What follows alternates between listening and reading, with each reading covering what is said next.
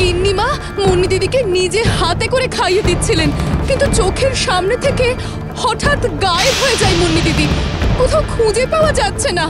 গিন্নিমা কান্নাকাটি করছেন, আপনি শিগগিরই আসুন। কি বলছো তুমি? এরাও তো ওই একই অভিযোগ নিয়ে আমার কাছে এসেছে। কি করবো এবার? প্রহরী, সারা গ্রাম তন্ন তন্ন করে খোঁজ চালাও। আমি সবার খোঁজ চাই।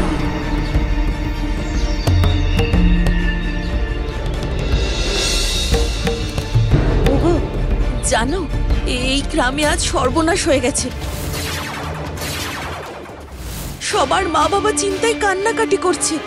ওদের বাড়ির লোকরা সব জমিদার বাড়িতেই আছে। আমিও তাহলে জমিদার বাড়ি যাচ্ছি।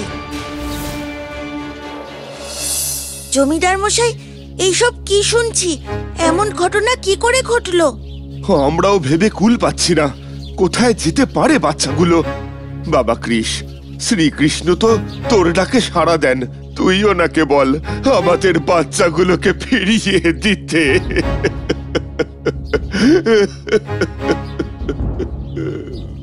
আপনি আমাদের মাথার ওপর ছাদ জমিদার মশাই, আপনি ভেঙে পড়বেন না।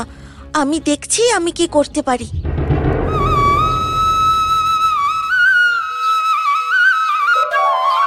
কি হলো? আমায় এই অসময়ে ডাকলে কেন? বড় বিপদ প্রভু। আমার বন্ধুরা, এই গ্রামের সব বাচ্চারা উধাও হয়ে গেছে। কোথায় পাবো তাদের? আপনি পথ না দেখালে পুরো গ্রাম ভেসে যাবে প্রভু। তারা আছে অন্য জগতে, কালবুড়ো তান্ত্রিকের কবলে। মানে? হ্যাঁ, সে এক অন্য জগৎ, তন্ত্রের অন্ধকার রাজ্য।